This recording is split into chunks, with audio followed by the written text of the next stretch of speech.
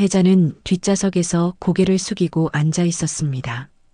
차창 너머로 부산 시내가 점점 멀어지고 익숙한 골목과 아파트 단지들이 작은 점처럼 사라져 갔습니다. 앞자리에서 며느리 가을이 운전대를 잡고 있었고 조수석의 아들 도윤이 내비게이션을 확인하며 길을 안내했습니다.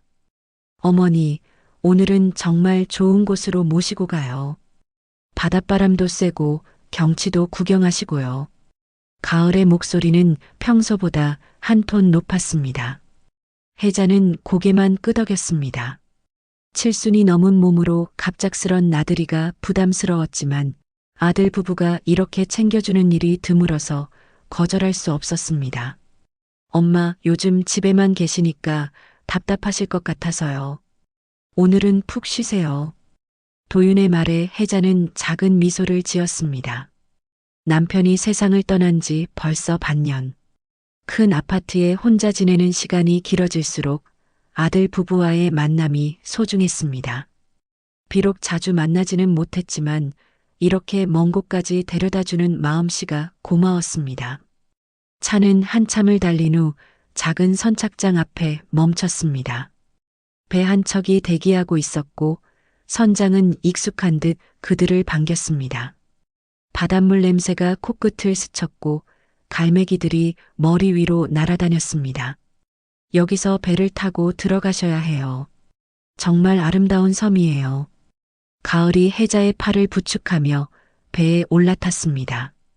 파도가 살짝 흔들렸지만 혜자는 난간을 꽉 잡고 바다를 바라봤습니다. 푸른 물결 사이로 작은 섬 하나가 점점 커져 왔습니다. 섬에는 낡은 방파제가 길게 뻗어 있었고 그 끝에 빨간 등대가 서 있었습니다. 배가 작은 부두에 닿자 도윤과 가을이 혜자를 부축해 내렸습니다. 발밑으로 거친 돌들이 느껴졌고 바닷바람이 옷깃을 스쳤습니다. 어머니, 여기 벤치에 앉아서 쉬세요. 우리는 차로 섬 한 바퀴 돌아볼게요. 가을이 방파제 중간쯤에 있는 낡은 벤치를 가리켰습니다. 페인트가 벗겨진 철제 벤치였지만 바다가 한눈에 내려다 보이는 자리였습니다. 금방 돌아올 테니까 여기서 기다리세요. 바닷바람 쐬면서 경치 구경하시고요. 도윤이 말하며 이미 발걸음을 돌리고 있었습니다. 혜자는 벤치에 앉으며 손을 흔들었습니다. 조심히 다녀와라. 차 소리가 멀어지고 섬은 고요해졌습니다. 파도 소리와 갈매기 울음소리만이 귓가에 맴돌았습니다. 혜자는 가방에서 물병을 꺼내 한 모금 마시며 주변을 둘러봤습니다. 방파제 너머로 드넓은 바다가 펼쳐져 있었고 수평선 끝으로 해가 기울고 있었습니다. 시간이 흘렀습니다. 1시간, 2시간. 해가 완전히 져서 붉은 빛이 바다를 물들였습니다. 혜자는 시계를 봤습니다. 벌써 저녁 8시가 넘었습니다. 이상하네요. 혜자는 벤치에서 일어나 부두 쪽을 바라봤습니다. 차는 보이지 않았고 사람 그림자도 없었습니다. 휴대폰을 꺼내려 했지만 가방 어디에도 없었습니다. 아침에 서둘러 나오느라 두고 온 것 같았습니다. 바람이 차갑게 불어왔습니다. 얇은 가디건 한 벌로는 추위를 막기 어려웠습니다. 혜자는 다시 부두를 향해 걸어갔습니다. 그러나 아무도 없었습니다. 선착장은 텅 비어 있었고 마지막 배는 이미 떠난 후였습니다. 도윤아, 가을아. 혜자가 소리쳤지만 바람과 파도 소리에 묻혀버렸습니다. 가슴이 두근거리기 시작했습니다. 설마 자신을 두고 떠났을 리는 없을 텐데 분명히 어디선가 차를 세워두고 섬을 구경하고 있을 것입니다. 혜자는 섬 곳곳을 돌아다니며 아들 부부를 찾았습니다. 하지만 작은 섬에는 폐가 몇 채와 등대지기 숙소뿐이었습니다. 등대지기마저 자리에 없었습니다. 밤이 깊어갔습니다. 별들이 하나둘 나타나기 시작했고 바람은 더욱 거세졌습니다. 혜자는 다시 방파제로 돌아와 벤치에 앉았습니다. 온몸이 덜덜 떨렸습니다. 왜 이런 일이? 혜자의 목소리가 바람에 흩어졌습니다. 가방 속에는 지갑도 약품도 여벌 옷도 없었습니다. 물병 하나와 작은 손수건, 그리고 낡은 사탕 몇 개가 전부였습니다. 파도가 방파제를 치며 물보라를 일으켰습니다. 등대에서 나오는 붉은 불빛이 주기적으로 바다를 비췄습니다. 혜자는 벤치 등받이에 몸을 기댔습니다. 추위와 두려움이 동시에 밀려왔습니다. 금방 돌아온다고 했는데 혜자는 중얼거리며 바다를 바라봤습니다. 멀리서 배 불빛 하나가 지나갔지만 이곳으로 오지는 않았습니다. 시간은 자정을 넘어서고 있었습니다. 바람이 더욱 세게 불었습니다. 혜자는 가디건을 꽉 여미고 벤치에서 일어났습니다. 방파제 난간에 손을 짚고 서서 먼 바다를 바라봤습니다. 파도 소리가 귓가를 때렸고 짠물 냄새가 코를 찔렀습니다. 그때 혜자의 마음 한구석에서 차가운 깨달음이 스며들었습니다. 아들과 며느리가 자신을 데려온 진짜 이유가 무엇인지, 왜 이 외딴 섬까지 와야 했는지, 그 모든 것이 우연이 아님을 알게 되었습니다. 혜자는 난간에 두 손을 대고 몸을 지탱했습니다. 70년을 살아오며 경험해보지 못한 배신감이 가슴을 짓눌렀습니다. 순종적이고 참을성 많던 어머니의 마음 깊은 곳에서 처음으로 분노의 씨앗이 움트기 시작했습니다. 새벽이 되자 혜자는 방파제 벤치에서 몸을 일으켰습니다. 온몸이 뻣뻣했고 입술은 바짝 말라 있었습니다. 바닷바람에 하룻밤을 보낸 탓에 옷은 축축했고 머리카락은 소금기로 뻣뻣해졌습니다. 목이 타들어가는 듯 아팠습니다. 가방 속 물병은 이미 바닥났습니다. 혜자는 비틀거리며 일어나 섬 안쪽을 둘러봤습니다. 어젯밤 어둠 속에서는 보이지 않던 것들이 하나씩 드러났습니다. 언덕 위에 낡은 오두막이 보였습니다. 지붕 일부가 무너져 있었지만 벽은 그대로 서 있었습니다. 혜자는 천천히 그곳을 향해 걸어갔습니다. 발걸음마다 자갈이 굴러갔고 무릎이 후들거렸습니다. 오두막 문은 반쯤 열려 있었습니다. 혜자가 조심스럽게 들어서자 먼지 냄새가 코를 찔렀습니다. 한쪽 구석에 낡은 이불이 구겨져 있었고 벽 한편에는 녹슨 양철 그릇들이 놓여 있었습니다. 혜자는 바닥에 있는 이불을 털어 한쪽 구석에 깔았습니다. 그리고 주저앉아 머리를 감쌌습니다. 배고픔이 밀려왔습니다. 어제 점심 이후로 제대로 먹은 게 없었습니다. 오두막을 나와 주변을 살펴봤습니다. 바위 틈에서 자라는 갈대들이 바람에 흔들리고 있었습니다. 혜자는 갈대 뿌리를 조금씩 캐내어 흙을 털어냈습니다. 쓴맛이 났지만 씹을 수 있는 것이라면 무엇이든 소중했습니다. 해변가에는 밤사이 밀려온 해조류들이 널려 있었습니다. 혜자는 그 중에서 상한 것들을 골라내고 깨끗해 보이는 것들을 주워 담았습니다. 바닷물에 헹궈 짠맛을 빼고 한 입씩 조심스럽게 씹어 삼켰습니다. 먼 바다에서 배 한 척이 지나가고 있었지만 이곳으로 올 기미는 보이지 않았습니다. 손을 흔들어 봤지만 너무 멀었습니다. 혜자는 무력감에 주저앉고 싶었지만 다시 일어나 할 일을 찾았습니다. 오후가 되자 목이 더욱 말랐습니다. 혜자는 오두막 뒤편을 뒤져 낡은 양철통을 찾아냈습니다. 바닷물을 떠서 한 모금 마셔봤지만 짠맛에 토할 것 같았습니다. 혜자는 양철통을 들고 다시 오두막으로 돌아왔습니다. 바닥에 있던 마른 나뭇가지들을 모았습니다. 성냥은 없었지만 벽에 걸린 낡은 돋보기를 발견했습니다. 햇빛을 돋보기로 모아 나뭇가지에 대봤습니다. 한참을 기다린 후 가는 연기가 피어올랐습니다. 혜자는 조심스럽게 바람을 불어 불꽃을 키웠습니다. 작은 불이 타오르기 시작했습니다. 양철통에 바닷물을 담고 불 위에 올렸습니다. 물이 끓으면서 수증기가 올라왔습니다. 작은 그릇을 뒤집어 수증기를 받았습니다. 한 방울, 두 방울씩 맺힌 물을 혀로 핥았습니다.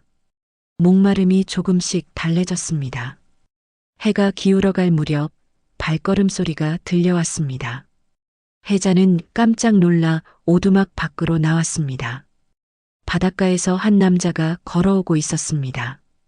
50대 중반쯤 보이는 남자였습니다. 해진 작업복을 입고 있었고 손에는 플라스틱 물통을 들고 있었습니다. 남자가 다가와 자신을 장만식이라고 소개했습니다. 등대 관리를 맡고 있다고 했습니다. 해자는 자신의 처지를 간단히 설명했습니다. 아들과 며느리가 나들이를 나왔다가 연락이 끊어졌다고만 말했습니다. 장만식은 의심스러운 표정을 지으며 태풍 예보가 있어 며칠간 배 운항이 중단된다고 알려주었습니다. 해자의 얼굴이 창백해졌습니다. 장만식은 주머니에서 말린 고구마 몇 개를 꺼내어 건네주었습니다. 솔직히 말씀해 보세요. 무슨 일이에요? 장만식의 눈빛이 진지해졌습니다.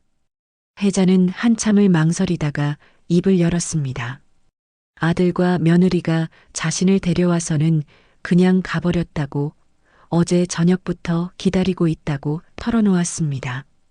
장만식은 한숨을 쉬며 태풍이 지나고 일주일 정도 후에야 배가 온다고 말했습니다.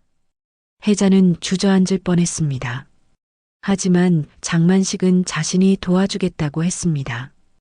등대에 여분 침구와 먹을 것이 있다고 안심시켰습니다. 하지만 어르신도 스스로 해야 할 일이 있어요. 여기서 나갈 방법을 찾는 거예요. 장만식의 말이 해자의 마음에 깊이 박혔습니다. 결국은 자신이 걸어서 나가야 한다는 뜻이었습니다. 등대로 향하는 길에 바닷바람이 거세게 불어왔습니다. 멀리 구름이 몰려오고 있었습니다. 태풍이 다가오고 있었습니다. 등대 안은 따뜻했습니다. 장만식이 작은 방 하나를 내어주며 이불을 깔아주었습니다. 해자는 이불 속에 누우며 천장을 바라봤습니다. 하루 종일 겪은 일들이 파노라마처럼 스쳐갔습니다. 갈대 뿌리를 캐던 일, 바닷물을 끓이던 일, 돋보기로 불을 피우던 일, 모든 것이 생존을 위한 몸부림이었습니다. 아들과 며느리에 대한 원망이 솟아올랐다가도 당장 살아남아야 한다는 현실이 더 절실했습니다. 장만식의 말이 귓가에 맴돌았습니다. 스스로 걸어나가야 한다고. 70년을 살아오며 누군가에게 의지하며 살아왔지만 이제는 달랐습니다. 오늘 하루 동안 자신의 손으로 불을 피우고 물을 만들고 음식을 구한 것이 작은 자신감을 주었습니다. 해자는 주먹을 꽉 쥐었습니다. 살아야 한다는 의지가 마음 깊은 곳에서 꿈틀거리기 시작했습니다. 더 이상 순순히 당하고만 있을 수는 없었습니다. 밖에서 바람소리가 점점 거세졌습니다. 태풍이 다가오고 있었습니다. 하지만 해자는 더 이상 두렵지 않았습니다. 살아남을 방법을 찾을 것이고 여기서 나갈 길을 찾을 것입니다. 태풍이 지나간 후 사흘째 되는 날, 해자는 등대 앞 작은 텃밭에서 잡초를 뽑고 있었습니다. 장만식이 키우던 상추와 배추가 바람에 쓰러져 있었는데 일으켜 세우며 뿌리 주변의 흙을 다져주었습니다. 손끝이 거칠어졌지만 무언가를 돌보는 일이 마음을 진정시켜 주었습니다. 아침마다 장만식과 함께 바다를 바라보며 배가 오기를 기다렸지만 여전히 수평선은 비어 있었습니다. 바닷물로 끓인 미역국과 말린 고구마로 끼니를 때우며 버텨왔지만 몸은 점점 약해져 갔습니다. 더 큰 문제는 마음이었습니다. 밤마다 아들 도윤의 얼굴이 떠올랐습니다. 어린 시절 열병으로 앓을 때 밤새 간병했던 기억, 대학 등록금을 마련하려고 새벽부터 일어나 반찬 가게에서 일했던 시간들. 그 모든 것이 헛된 일이었을까요? 해자는 이불을 뒤집어 쓰고 눈물을 삼켰습니다. 넷째 날 오후 멀리서 작은 어선이 나타났습니다. 해자는 가슴이 두근거리며 일어났습니다. 장만식이 망원경을 들여다보더니 고개를 끄덕였습니다. 물고기 잡으러 온 배 같습니다. 한번 물어볼까요? 어선이 선착장에 가까워지자 장만식이 손을 흔들었습니다. 배에서 중년 남자가 밧줄을 던지며 내렸습니다. 얼굴이 까맣게 탄 어부였습니다. 만식이 형, 태풍 피해는 없었어? 괜찮아. 근데 이 어르신이 육지로 나가셔야 하는데. 어부는 해자를 바라보며 난감한 표정을 지었습니다. 지금 바로는 어려워. 물고기부터 잡고 내일 새벽에 목포로 들어가거든. 해자는 실망스러웠지만 고개를 끄덕였습니다. 하루 더 기다리면 될 일이었습니다. 그런데 이상한 일이 있어서 그런데 어부가 주머니에서 봉투 하나를 꺼냈습니다. 목포 선착장에서 어떤 변호사가 찾더라고. 해자 할머니라는 분 계시냐고. 해자의 손이 떨렸습니다. 어부가 봉투를 내밀었습니다. 목포 법무법인 오지훈 변호사라고 하던데 급한 일이 있다고 부탁하더라고. 해자는 두 손으로 봉투를 받았습니다. 봉투에는 김혜자님 귀하라고 정중하게 쓰여 있었습니다. 손가락이 떨려서 뜯기가 어려웠습니다. 장만식이 옆에서 조심스럽게 도와주었습니다. 편지 안에는 두꺼운 서류들이 들어 있었습니다. 첫 장에는 변호사의 정중한 인사말이 적혀 있었습니다. 하지만 그 다음 내용을 읽는 순간 해자의 얼굴이 창백해졌습니다. 남편 김철수가 세상을 떠나기 한 달 전에 작성한 유언장이었습니다. 모든 재산을 아내 김혜자에게 상속한다는 내용과 함께 손글씨로 쓴 당부의 말이 있었습니다. 해자야, 도윤이가 잘못된 길로 가고 있다. 빚이 많아서 우리 집을 담보로 돈을 빌렸다. 가을이와 함께 뭔가 꾸미고 있는 것 같다. 내가 죽으면 아이들이 너를 힘들게 할 것이다. 미안하다. 하지만 내가 바로잡아 주어야 한다. 해자는 편지를 읽으며 온몸이 떨렸습니다. 두 번째 서류는 부동산 등기부등본이었습니다. 집과 상가 건물이 모두 자신의 명의로 되어 있었습니다. 남편이 미리 모든 걸 정리해 놓았던 것입니다. 세 번째 서류에는 더 충격적인 내용이 있었습니다. 도윤과 가을이 허위 서류를 만들어 은행에서 대출을 받으려 했다는 수사기관의 조사보고서였습니다. 그리고 노인 유기죄로 신고가 들어왔다는 경찰서 공문도 함께 있었습니다. 마지막 장에는 변호사의 상세한 설명이 적혀 있었습니다. 도윤 부부가 해자를 섬에 버린 것은 재산을 가로채기 위한 계획적 범죄였다는 것, 실종 신고를 내지 않은 채 상속 절차를 진행하려 했다는 것. 하지만 남편의 유언장과 재산 이전 절차가 모두 합법적으로 처리되어 있어서 그들의 계획은 실패했다는 것. 해자는 서류를 바닥에 떨어뜨리고 주저앉았습니다. 가슴이 답답하고 숨이 막혔습니다. 아들이 자신을 죽이려 했다는 사실보다도 남편이 이미 모든 걸 알고 있었다는 것이 더 충격적이었습니다. 어르신, 괜찮으세요? 장만식이 다가와 해자의 어깨를 두드려 주었습니다. 어부도 걱정스러운 얼굴로 바라봤습니다. 물 한 잔 드세요. 장만식이 컵을 가져다 주었습니다. 해자는 떨리는 손으로 물을 마셨습니다. 서서히 정신이 돌아왔습니다. 서류를 다시 주워 담으며 천천히 읽어봤습니다. 변호사는 해자가 안전하게 돌아오면 모든 법적 절차를 도와주겠다고 했습니다.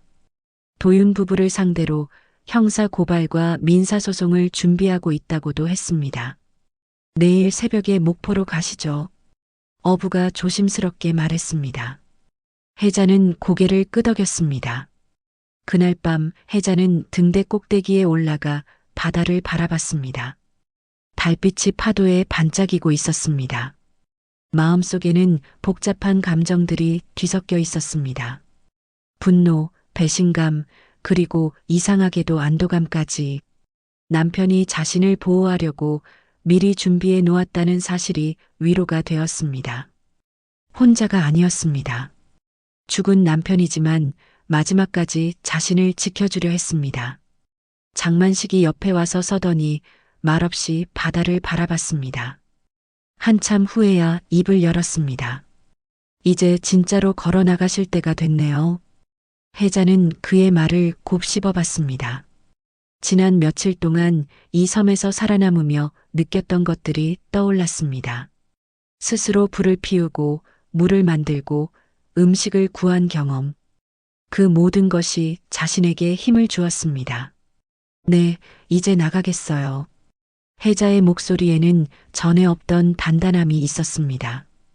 더 이상 누군가에게 의존하며 살지 않겠다는 결심이었습니다. 그리고 잘못된 것들을 바로잡겠다는 의지였습니다. 바람이 불어와 머리카락을 날렸습니다. 혜자는 서류 봉투를 가슴에 꼭 안았습니다. 내일이면 육지로 돌아가서 새로운 싸움이 시작될 것입니다.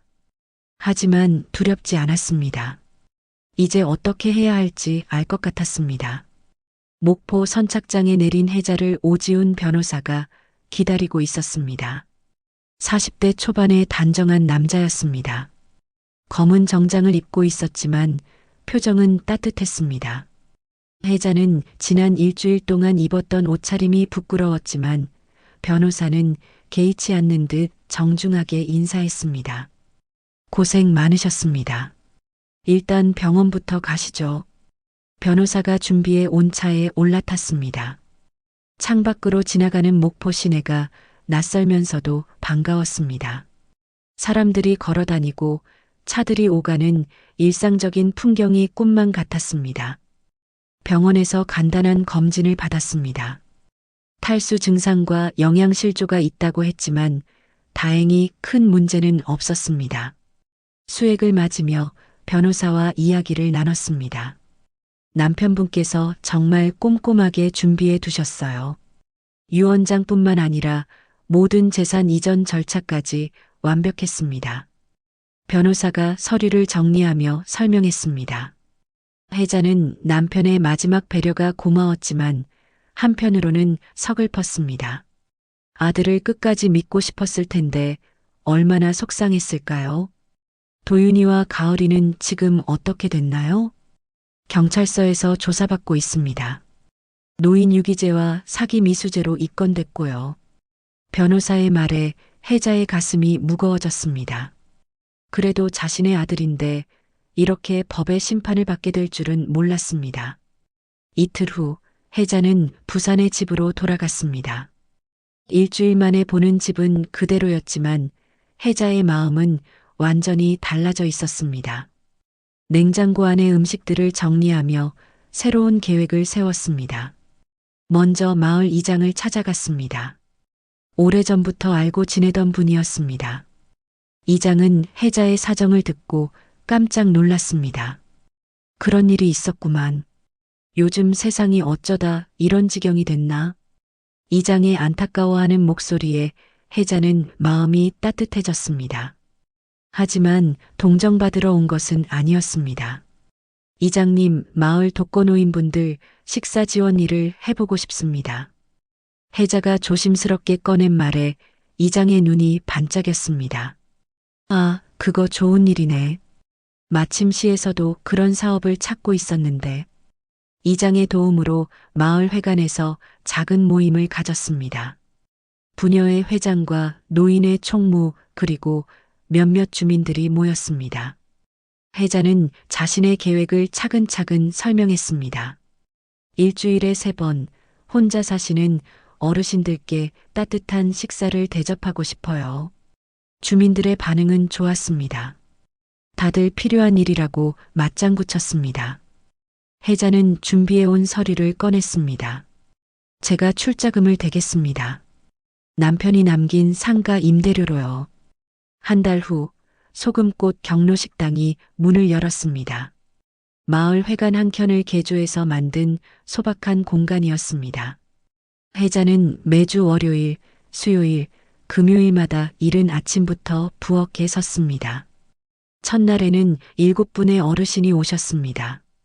혜자가 준비한 갓김치와 갈치조림, 미역국을 드시며 모두들 만족스러워 하셨습니다. 혜자야, 이런 걸 언제부터 준비했너? 80이 넘으신 동네 할머니가 물으셨습니다. 혜자는 간단하게 대답했습니다. 그냥 하고 싶어서요. 두 번째 주에는 12분이 오셨습니다. 세 번째 주에는 20분이 넘었습니다. 입소문이 퍼지면서 다른 마을에서도 문의가 들어왔습니다. 혜자는 바빴지만 행복했습니다. 한편 법원에서는 도윤과 가을의 재판이 진행되고 있었습니다.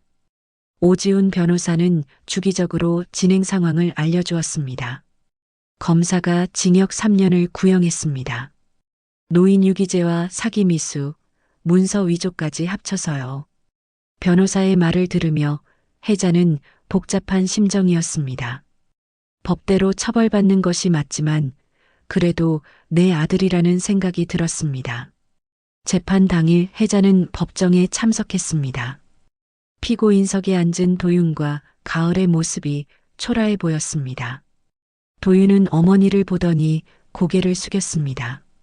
가을은 울먹이며 손수건을 눈가에 댔습니다. 판사가 판결을 선고했습니다. 도윤은 징역 2년 6개월, 가을은 징역 2년. 그리고 혜자에 대한 5년간 접근금지 명령도 내려졌습니다. 판결 후 복도에서 도윤이 혜자에게 다가왔습니다. 경찰이 말리려 했지만 혜자가 괜찮다고 했습니다. 엄마, 미안해요.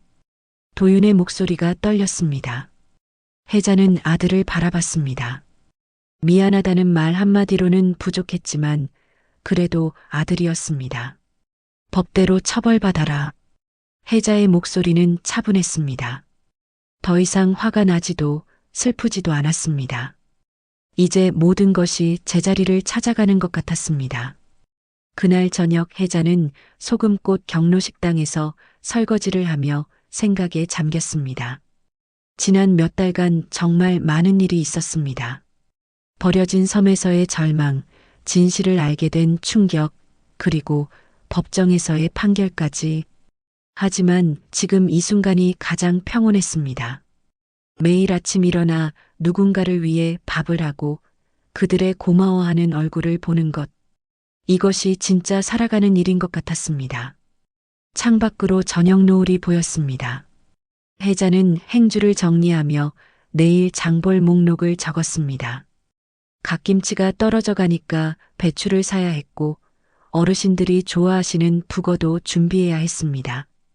오지훈 변호사에게서 전화가 왔습니다. 시청에서 혜자의 사업을 공식 지원하기로 했다는 소식이었습니다. 다른 마을에도 확대할 계획이라고 했습니다. 정말 좋은 일 하고 계세요. 변호사의 격려에 혜자는 미소 지었습니다. 감사합니다. 도움 주신 덕분이에요. 전화를 끊고 혜자는 다시 설거지를 계속했습니다. 그릇 하나하나를 정성스럽게 닦으며 생각했습니다. 복수는 이런 것이었습니다. 누군가를 원망하고 미워하는 것이 아니라 자신과 세상을 더 나은 곳으로 만드는 것. 1년 후 소금꽃 경로식당은 부산과 목포, 전남 곳곳에 12개의 지점을 두고 있었습니다. 혜자는 매주 각 지점을 돌아다니며 운영진들과 만나고 어르신들의 안부를 확인했습니다. 오늘은 목포 지점을 방문하는 날이었습니다. 목포 지점은 항구가 보이는 작은 건물 1층에 자리 잡고 있었습니다. 입구에는 소금꽃 경로식당 마이너스 따뜻한 밥 한 그릇의 기적이라는 현판이 걸려 있었습니다. 혜자가 도착하자 지점장인 김순례 씨가 반갑게 맞아주었습니다. 혜자 이사님, 오늘도 어르신들이 많이 오셨어요. 벌써 50분이 넘었거든요. 식당 안은 온기로 가득했습니다. 둥근 식탁마다 어르신들이 둘러앉아 담소를 나누며 식사를 하고 있었습니다. 혜자가 준비한 레시피로 만든 갓김치와 갈치조림, 따뜻한 된장국이 상에 오르고 있었습니다. 오늘 반찬이 특히 맛있네. 80대 할아버지가 말씀하시자 주변에서 맞장구가 터졌습니다. 혜자는 어르신들 사이를 돌아다니며 안부를 물었습니다. 모두들 건강하게 지내고 계시는 모습이 보기 좋았습니다. 혜자야, 내 덕분에 우리가 이렇게 잘 먹고 살고 있다. 한 할머니가 혜자의 손을 잡고 말씀하셨습니다. 주름진 손이 따뜻했습니다. 저야말로 어르신들 덕분에 살맛이 나요. 혜자는 진심으로 답했습니다. 처음에는 남편의 유언을 지키려는 마음으로 시작했지만 이제는 이 일 자체가 즐거웠습니다. 점심시간이 끝나갈 무렵 혜자는 주방으로 가서 직원들을 도왔습니다. 설거지를 하며 김순례 씨와 이야기를 나눴습니다. 요즘 시청에서 문의가 많이 와요. 다른 지역에서도 이런 식당을 만들고 싶다고. 그러시군요. 좋은 일이에요. 혜자는 고개를 끄덕이며 그릇을 닦았습니다. 처음에는 작은 마을 한 곳에서 시작했던 일이 이렇게 커질 줄은 몰랐습니다. 근데 이사님, 오늘 특별한 손님이 오신다고 하던데. 김순례 씨가 조심스럽게 말했습니다. 혜자는 고개를 갸웃했습니다. 누가요? 오지훈 변호사님이 연락했는데 서울에서 기자분이 온다고 하더라고요. 혜자는 별로 내키지 않았습니다. 지난 몇 달간 신문과 방송에서 몇 번 소개되긴 했지만 아직도 기자들 앞에 서는 것은 어색했습니다. 오후 3시쯤 오지훈 변호사가 중년 여기자와 함께 나타났습니다. 기자는 정중하게 인사하며 인터뷰를 요청했습니다. 소금꽃 경로식당이 전국적으로 화제가 되고 있어서요. 많은 분들이 궁금해하세요. 혜자는 마지못해 앉았습니다. 기자는 녹음기를 켜고 질문을 시작했습니다. 처음 이 사업을 시작하게 된 계기가 무엇인가요? 혜자는 잠시 망설였습니다. 아들 이야기를 꺼내기가 쉽지 않았습니다. 남편이 세상을 떠나고 나서 혼자 지내다 보니 같은 처지의 어르신들을 돕고 싶었어요. 힘든 일도 많으셨을 텐데 어떻게 이겨내셨나요? 밥을 해드리면서 저도 힘을 얻었거든요. 누군가를 돌보는 일이 제게는 치유였어요. 인터뷰가 끝나고 기자는 식당 곳곳을 둘러보며 사진을 찍었습니다. 어르신들과도 이야기를 나누었습니다. 저녁에 혜자는 부산으로 돌아와 집에서 혼자 저녁을 먹었습니다. 간단한 미역국과 김치로 끼니를 때우며 하루를 정리했습니다. 요즘에는 집에서 보내는 시간이 더 소중했습니다. 며칠 후 기사가 나왔습니다. 버려진 섬에서 피어난 소금꽃, 전국을 감동시키다라는 제목이었습니다. 혜자의 이야기가 상세하게 소개되어 있었습니다. 다만 아들 이야기는 최소한으로만 언급되어 있어서 다행이었습니다. 기사가 나간 후 전화가 쏟아졌습니다. 전국 각지에서 소금꽃 경로식당을 만들고 싶다는 연락이 왔습니다. 지자체에서도 정식 지원을 약속했습니다. 한 달 후 혜자는 예상치 못한 편지를 받았습니다. 교도소에서 온 편지였습니다. 발신인은 도윤이었습니다. 편지를 열어보니 아들의 정성스러운 글씨로 가득 차 있었습니다. 처음에는 미안하다는 말로 시작해서 교도소에서의 생활에 대한 이야기가 이어졌습니다. 엄마, 여기서 사회봉사 활동을 하고 있어요. 매일 어르신들 식사 배달을 해드리는 일인데 하다 보니 엄마 생각이 많이 났어요. 왜 엄마가 그런 일을 하시는지 이제야 조금 알 것 같아요. 밥 한 그릇이 사람의 마음을 이렇게 움직일 수 있다는 걸 몰랐어요. 편지를 읽는 혜자의 눈가에 눈물이 맺혔습니다. 아들이 조금씩이나마 변하고 있다는 게 느껴졌습니다. 편지 끝부분에는 이런 말이 적혀 있었습니다. 출소하면 엄마께 용서받을 자격이 있을지 모르겠지만 저도 뭔가 의미 있는 일을 해보고 싶어요. 엄마가 하시는 일을 도울 수 있다면 좋겠어요. 물론 엄마가 원하신다면 말이에요.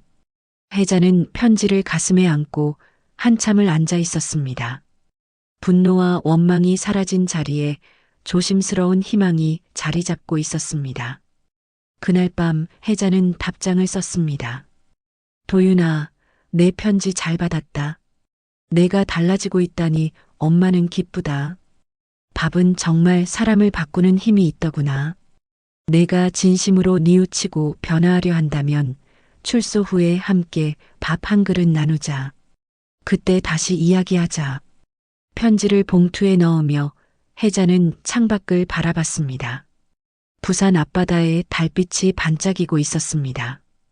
1년 전 그 외딴 섬에서 절망하던 자신이 떠올랐습니다. 그때는 미처 몰랐습니다.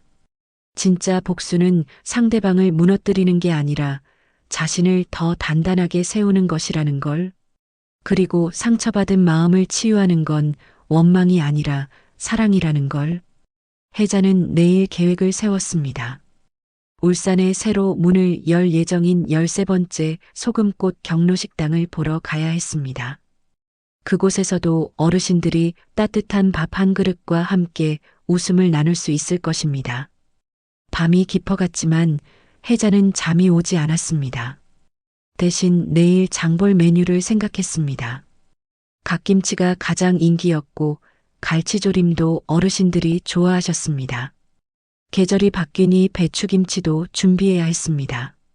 혜자는 미소를 지으며 일기장을 폈습니다. 매일 쓰는 건 아니지만 오늘은 특별히 기록하고 싶었습니다. 오늘 도윤이에게서 편지가 왔다. 아직 갈 길이 멀지만 조금씩 달라지고 있는 것 같다. 사람은 정말 변할 수 있구나. 나처럼. 2년 후에 어느 봄날 혜자는 부산역 앞에 서 있었습니다. 손에는 작은 꽃다발을 들고 있었습니다.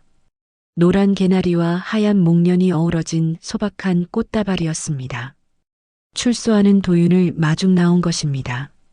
역 광장 벤치에 앉아 기다리며 혜자는 지난 시간을 되돌아봤습니다. 2년 전 그 외딴 섬에서의 절망스러운 밤. 파도 소리와 갈매기 울음소리만이 친구였던 그 시간들. 그때는 몰랐습니다. 버려진 자리에서 이토록 단단한 뿌리가 내릴 줄은. 지금 소금꽃 경로식당은 전국에 32개의 지점을 두고 있었습니다. 매일 1,500여 명의 어르신들이 따뜻한 밥 한 그릇을 드시고 계셨습니다. 혜자는 더 이상 혼자가 아니었습니다. 열차가 도착했습니다. 승객들이 하나둘 내리기 시작했습니다. 혜자는 가슴이 두근거렸습니다. 2년 만에 보는 아들의 모습이 궁금하면서도 두려웠습니다. 도윤이 나타났습니다. 많이 야위었지만 얼굴에는 전에 없던 평온함이 있었습니다. 혜자를 보자 발걸음을 멈췄습니다. 한참을 서로 바라보기만 했습니다. 엄마. 도윤이 먼저 입을 열었습니다. 목소리가 떨렸습니다. 고생했다. 혜자가 꽃다발을 내밀었습니다. 도윤은 두 손으로 받으며 고개를 숙였습니다. 정말 죄송해요, 엄마. 용서해 주셔서 감사해요. 이제 그런 말하지 마라. 앞만 보고 가자. 혜자의 목소리는 담담했습니다. 더 이상 아픈 과거를 되짚고 싶지 않았습니다. 버스에 올라 집으로 향하는 길, 도윤이 창밖을 보며 말했습니다. 부산이 이렇게 아름다웠나요? 내가 마음을 비우고 보니까 그렇게 보이는 거다. 혜자는 미소를 지었습니다. 집에 도착하자 도윤은 현관에서 신발을 가지런히 놓았습니다. 작은 행동이었지만 변화가 느껴졌습니다. 엄마가 하시는 일 도와드리고 싶어요. 도윤이 조심스럽게 말했습니다. 일단 쉬어라. 그리고 천천히 생각해보자. 저녁상을 차리며 혜자는 도윤의 좋아하던 갈치조림을 끓였습니다. 오랜만에 차린 모자의 식탁이었습니다. 맛있어요, 엄마. 도윤이 젓가락을 놓으며 말했습니다. 교도소에서 어르신들께 식사 배달하면서 깨달았어요. 따뜻한 밥 한 그릇이 사람의 마음을 이렇게 움직일 수 있다는 걸. 혜자는 고개를 끄덕였습니다. 밥은 그런 거다. 정성으로 짓고 마음으로 나누는 거. 식사 후 도윤은 설거지를 자청했습니다. 그릇 하나하나를 정성스럽게 씻는 모습을 보며 혜자는 마음이 따뜻해졌습니다. 며칠 후 혜자는 도윤과 함께 소금꽃 경로식당을 찾았습니다. 도윤은 어르신들께 정중하게 인사드리며 배식을 도왔습니다. 혜자야, 이 청년이 누구냐? 한 할아버지가 물으셨습니다. 제 아들이에요. 앞으로 이 일을 함께 하게 될 것 같아요. 아, 그러시구만. 잘생겼네. 어르신들의 환한 웃음소리가 식당을 가득 채웠습니다. 도윤의 얼굴에도 미소가 번졌습니다. 그날 밤 혜자는 일기를 썼습니다. 오늘 도윤이와 함께 식당에 갔다. 아이가 많이 변했다. 사람은 정말 변할 수 있구나. 나처럼. 이제 진짜 가족이 된 것 같다. 펜을 내려놓으며 혜자는 창밖을 바라봤습니다. 부산 앞바다에 달이 떠오르고 있었습니다. 그 달빛이 파도에 반짝이며 은빛길을 만들고 있었습니다. 혜자는 남편의 사진에 인사했습니다. 여보, 우리 제대로 바로잡았어요. 도윤이도 돌아왔고요. 사진 속 남편이 미소 짓는 것 같았습니다. 창밖에서 새벽바람이 불어왔습니다. 소금기 섞인 바닷바람이었습니다. 혜자는 눈을 감고 그 바람을 맞았습니다. 내일이면 또 새로운 하루가 시작될 것입니다. 도윤이와 함께 어르신들을 위해 따뜻한 밥을 짓고 그들의 웃음소리를 들으며 작지만 의미 있는 하루를 보낼 것입니다. 진짜 행복은 누군가를 미워하는 데서 오는 게 아니라 누군가를 사랑하는 데서 온다는 걸 이제는 알았습니다. 그리고 진짜 복수는 상대를 무너뜨리는 게 아니라 자신과 세상을 더 단단하게 세우는 것이라는 것도. 수평선 너머로 새벽이 밝아오고 있었습니다. 새로운 하루, 새로운 시작이었습니다. 혜자는 미소를 지으며 중얼거렸습니다.